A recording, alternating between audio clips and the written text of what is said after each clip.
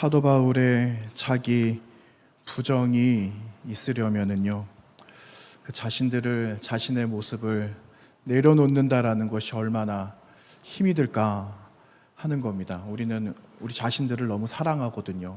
바울 사도께서도 마지막 시대에 어려워지는 일들에 관한 많은 요인들 가운데 나를 너무나 사랑해서 어려움을 겪게 되는 일들이 있다라는 말씀을 하셨어요. 그것이 나는 사도 바울이다, 나는 사도다라는 것이 강조가 되거든요. 그래서 그 자신의 이 모든 것을 포기하고 결국은 하나님의 사람으로, 그리스도 예수의 사람으로 이제 내가 부인된 그 고백을 하면서 복음을 전하기 시작했을 때 복음의 능력이 나타나게 된 걸 우리가 잘 알고 있지 않습니까? 오늘 찬양대의 그 고백이 우리 모두의 동일한 고백이 되어지기를 간절히 원합니다. 우리가 살아가고 있는 지금 우리 이 시대를 핵가족화된 시대 이렇게 말을 하죠. 그러다 보니까 우리 주변에는 혼자 살아가고 있는 사람들도 참 많이 있어요. 예전에는 홀로 살아가고 계시는 분들 조금 다르게 보고 어떻게 혼자 살아갈 수 있을까 이런 이야기들을 우리는 한 적이 있었는데 지금은 혼자 살아가는 것이 많이 어색하거나 이상하지 않은 그 현대 시대를 살아가고 있습니다. 여러 가지 이유들이 있죠.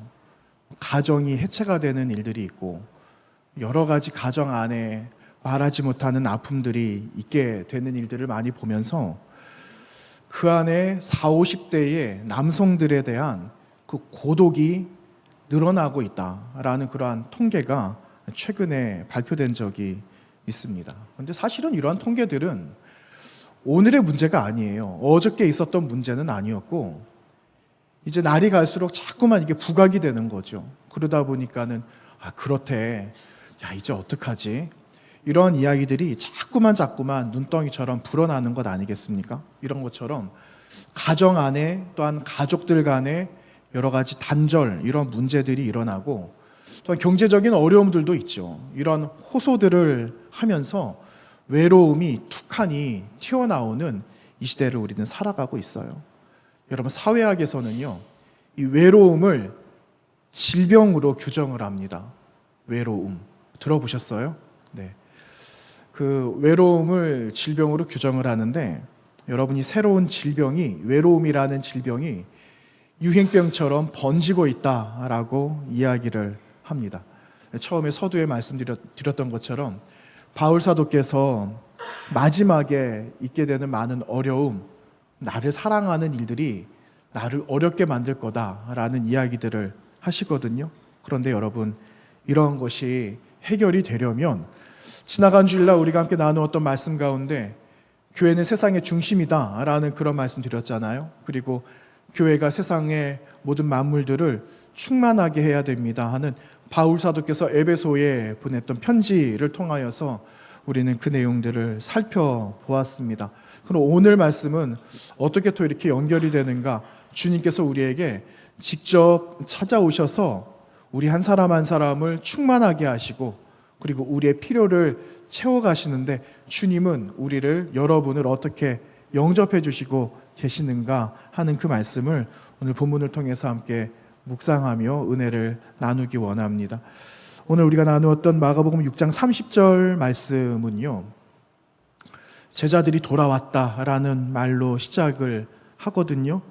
예수께 모여서 제자들이 행하고 가르친 것을 주님께 말씀드린 내용이 30절에 기록되고 있어요. 그런데 여러분, 이 말씀을 보려면은, 이해를 하려면 저 위로 올라가야 돼요. 7절까지 올라가야 됩니다.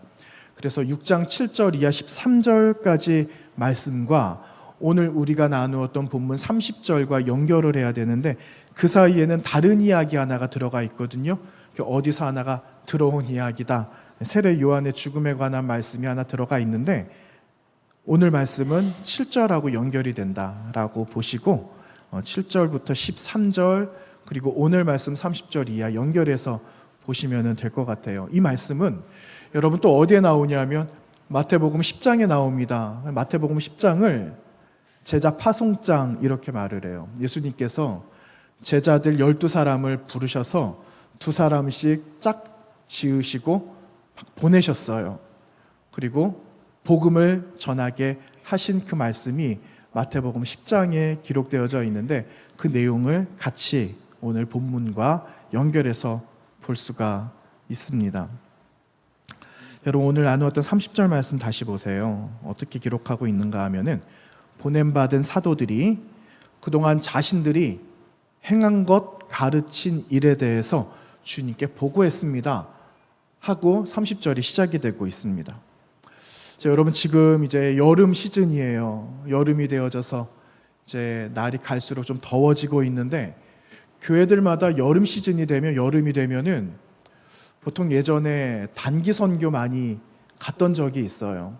우리 교회도 단기 선교를 많이 했는지는 잘 모르겠습니다. 그런데 유독 여름이 되면은 단기 선교를 그렇게 많이들 떠나더라고요.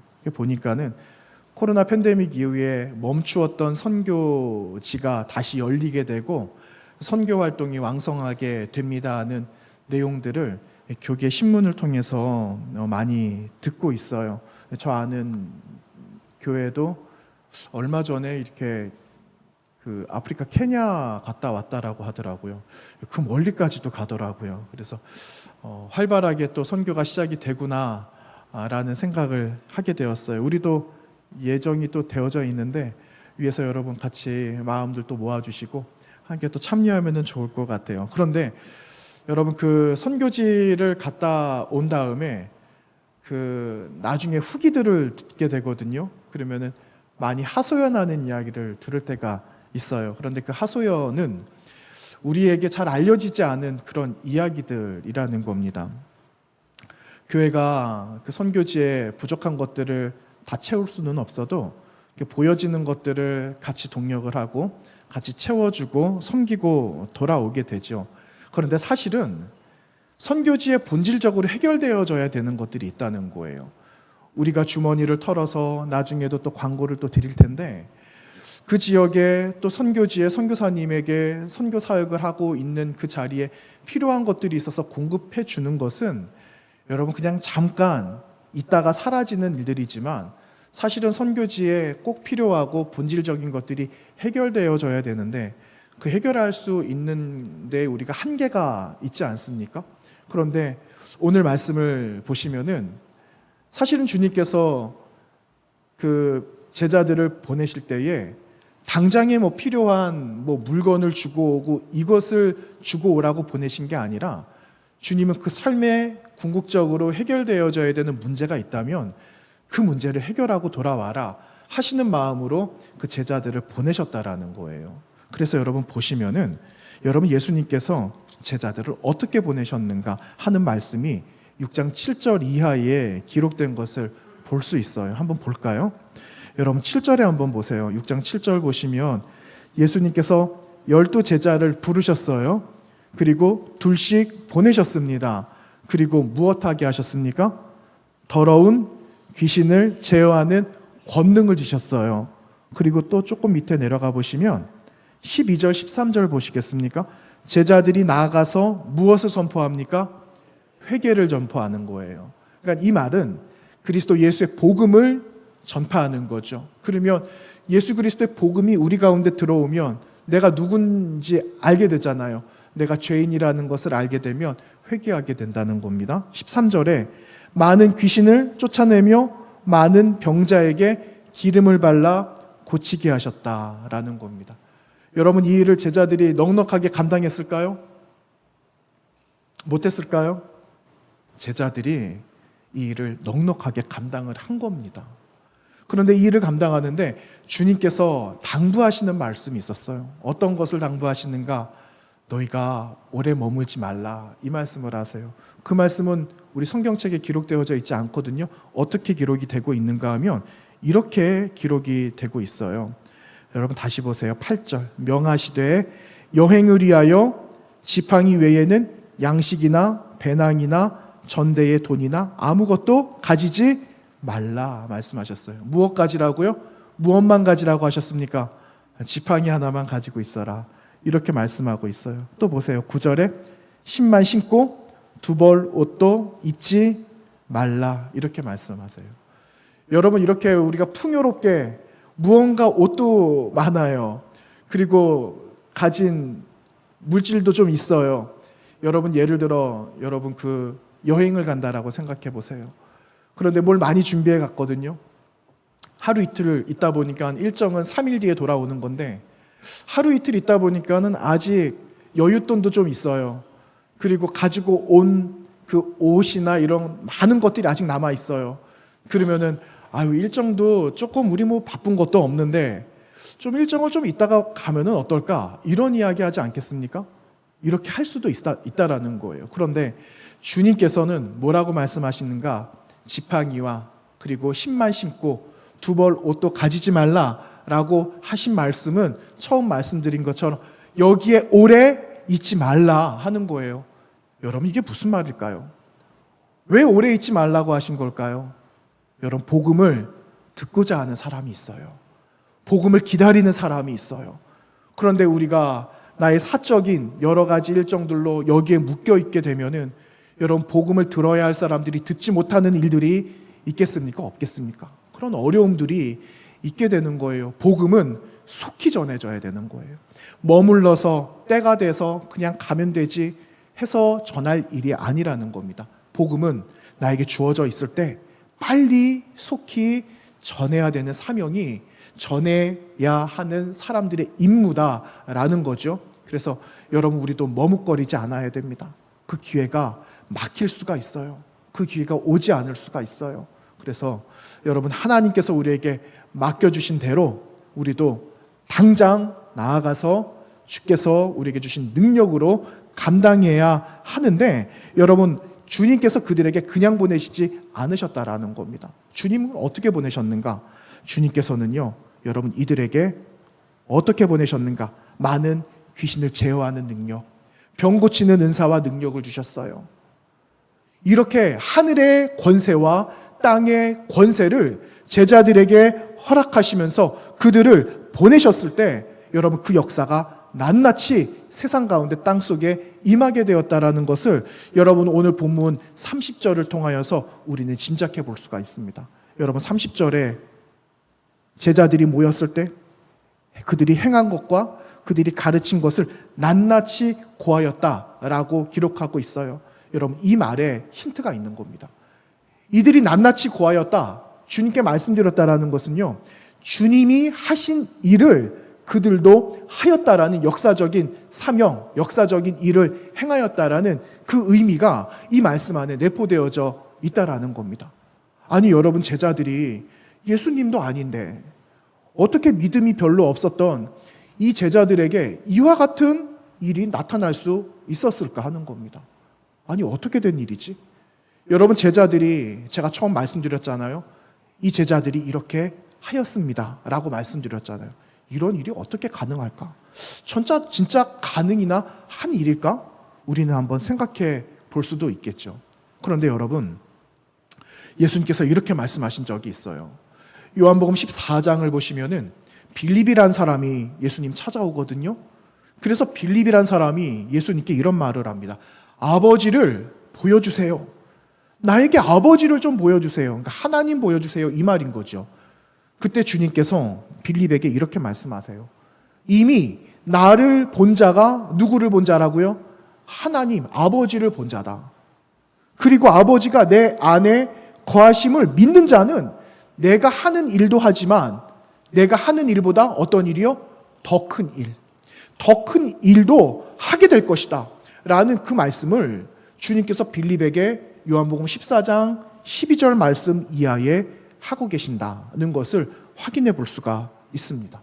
그러니 여러분, 주님께 보냄받은 이 제자들이 밖에 나가 돌아와서 보고하는 일, 그들이 가르치고 행했던 일들은 여러분 놀라운 일이기는 하지만 여러분 놀라운 일로 끝낼 일이 아니라 당연한 일이었다라는 것을 우리는 알 수가 있습니다. 여러분, 교회의 일과 그리고 교회의 역사는요, 사람의 능력, 사람이 행하는 손길, 여기에 달려있지 않은 걸 아시잖아요. 여러분, 하나님의 놀라우신 역사의 그 과정들은 성령께서 간섭해 주셔야만 가능한 것 아니겠습니까? 하늘의 능력이 임하고 성령의 역사가 세밀하게 간섭되어질 때 누구에게? 우리 모두에게. 하나님의 몸된 교회를 이루고 있는 여러분과 저를 통하여서 세밀하게 역사하신 그 하나님의 역사가 강하게 일어나고 나타나게 될 때에 여러분, 우리가 있는 곳, 이곳뿐만 아니라 여러분 나아가시는 모든 곳곳에 놀라운 하늘의 생명이 땅에 나타나는 놀라운 일이 일어나게 된다는 사실입니다. 여러분, 이 사실을 믿으시면서 여러분, 우리는 믿음을 선포하고 하늘의 역사가 주어진 예수 그리스도의 이름을 통하여서 이 땅 가운데 놀라운 역사가 나타날 수 있도록 여러분, 우리도 부름받은 자리에서 마땅히 감당해 나가는 하나님의 사람들이 되어져야 되겠습니다. 여러분, 성령의 능력이 여러분을 통해 우리 교회를 통하여서 강하게 역사되기를 여러분 갈망하시기를 바랍니다. 그때 귀신이 떠납니다. 병든 자가 낫게 되는 거예요. 놀라운 하늘의 역사, 하늘에서 가능하다라고 생각했던 놀라운 일들이 땅에서 놀랍게 역사되는 일들을 바라보게 될 것입니다. 그 은혜를 누리게 되는 우리 몸된 교회 다 되시기를 주님의 이름으로 부탁드립니다.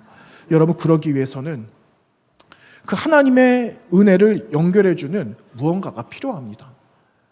여러분, 그 무언가가 그것이 무엇일까요? 그것은 하나님의 위로가 우리에게 날마다 공급되어져야 한다라는 거예요.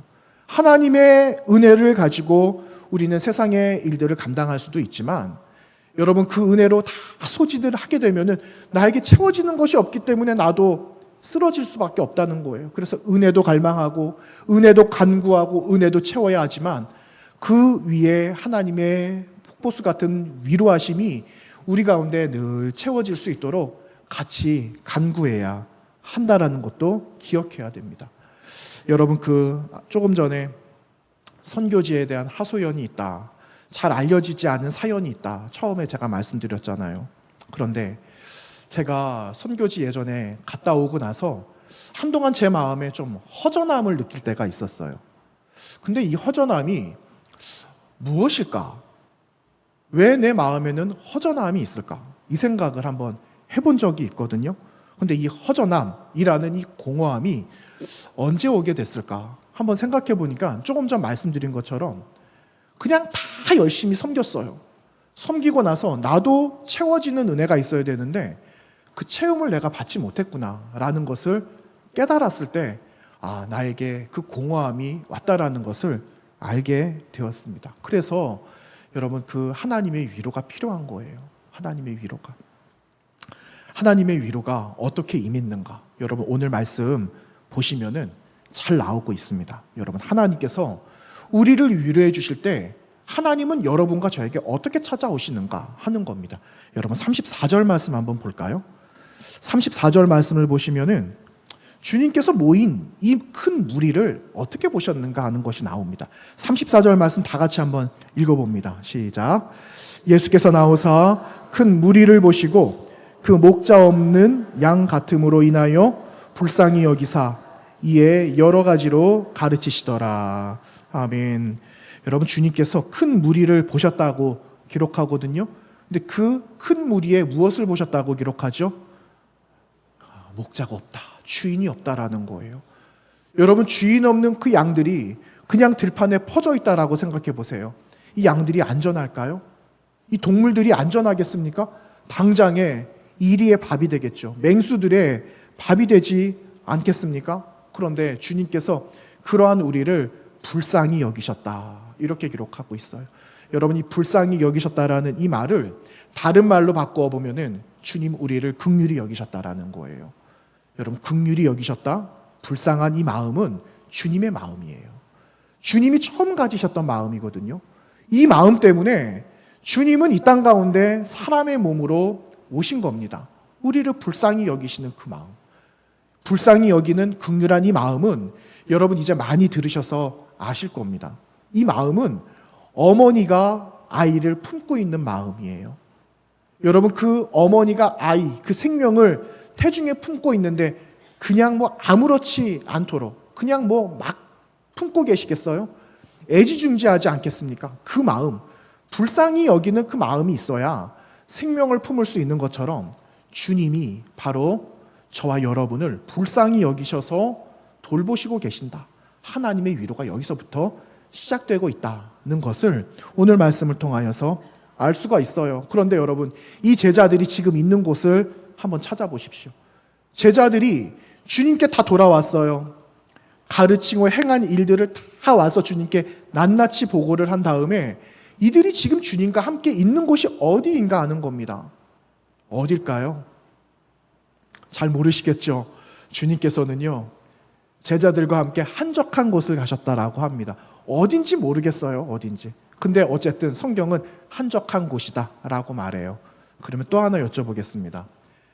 여러분, 예수님과 제자들이 한적한 곳으로 이동하는 것을 많은 사람들이 보았다라고 하거든요. 그리고 제자들과 예수님이 한적한 곳에 도착하기도 전에 큰 무리가 먼저 와 있었대요. 그런데 이들이 지금 여기에 같이 있는 겁니다. 어딜까요? 35절 보세요.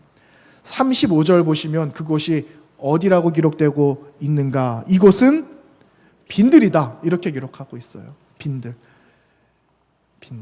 여러분, 이 빈들이 어떤 곳일까요? 뭐가 있을까요? 빈들에 뭐 있을까요? 아무것도 없어요. 그래서 비어있는 들이에요. 아무것도 없어요.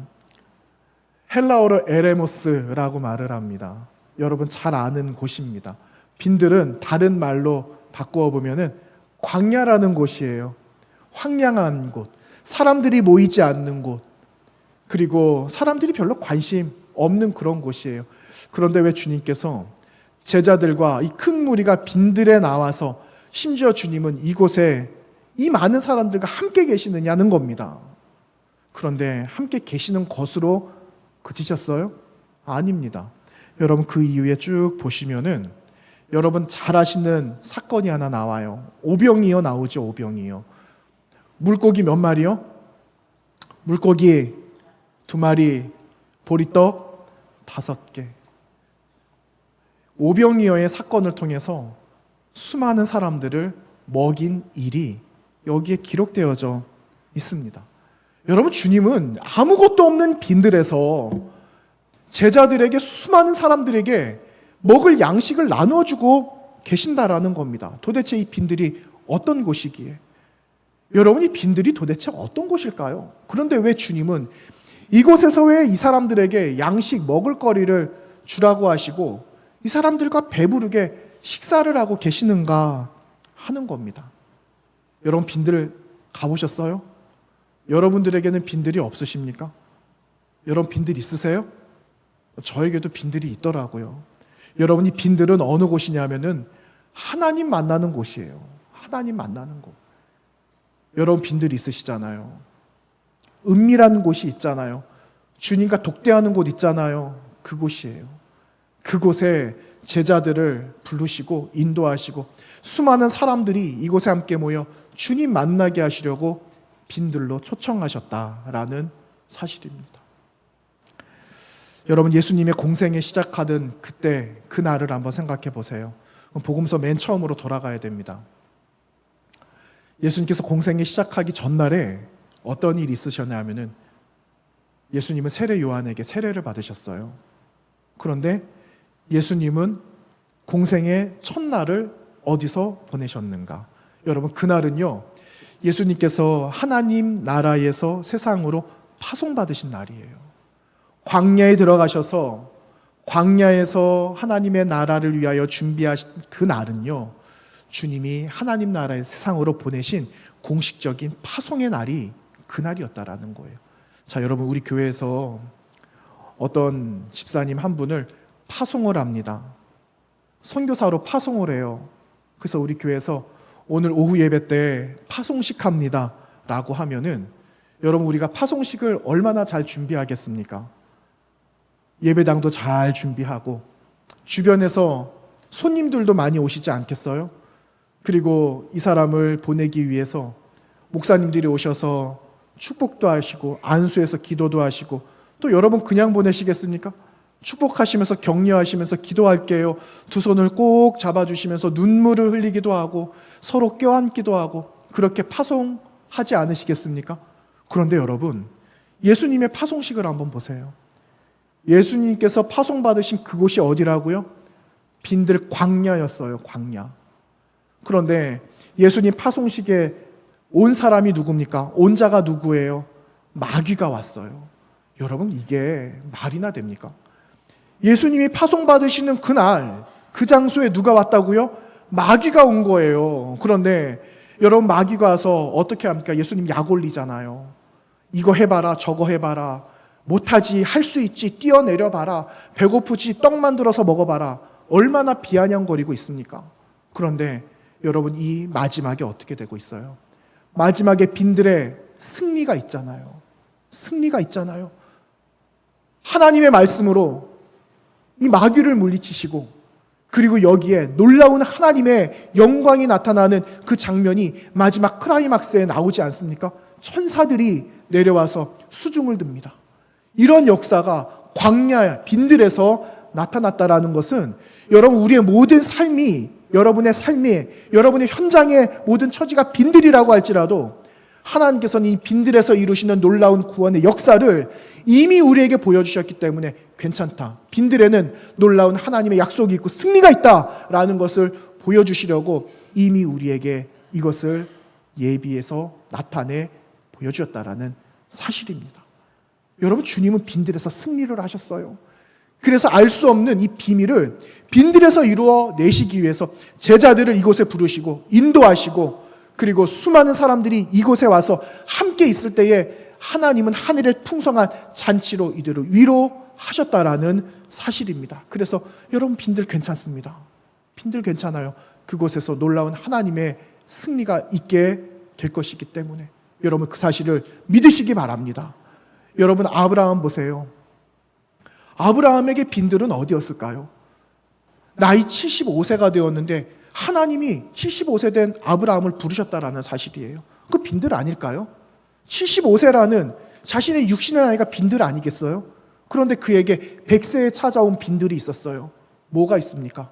아들 나에게 바쳐라 하는 그런 빈들의 어려움이 있었다라는 겁니다. 여러분, 모세라는 사람은 어때요? 아니, 하나님께서 모세 부르실 때 조금 괜찮을 때, 젊었을 때, 그리고 바로의 왕궁에서 왕자로 있을 때 부르셨으면 얼마나 좋았겠어요. 그런데 나이 80대였을 때 어디서 부르십니까? 미디안 광야에서 그를 만나셨는데 꺼지지 않는, 그것도 불구덩이 가운데, 꺼지지 않는 그 가시덤불 가운데 만나주신 그 자리가 모세에겐 빈들이었다라는 거예요. 무슨 의미가 있었겠어요? 아무런 의미가 없죠. 나라가 망한답니다. 이스라엘, 이미 북이스라엘 망했고 남아있는 남유다 반쪽 남아있는데 하나님께서 예레미야 선지자, 이사야 선지자들을 보내시면서 하시는 말씀, 이 나라 망한다. 그런데 여러분, 나라 망한다라는 말을 하고 듣고 있는 사람이 있는데 여러분, 그 하나님의 말씀 전한들 무슨 소용이 있겠어요? 나라가 망한다라는데 무슨 소용이 있겠어요? 그런 빈들 가운데 서 있는 하나님의 사람들도 있었다라는 거예요. 여러분, 또 보세요.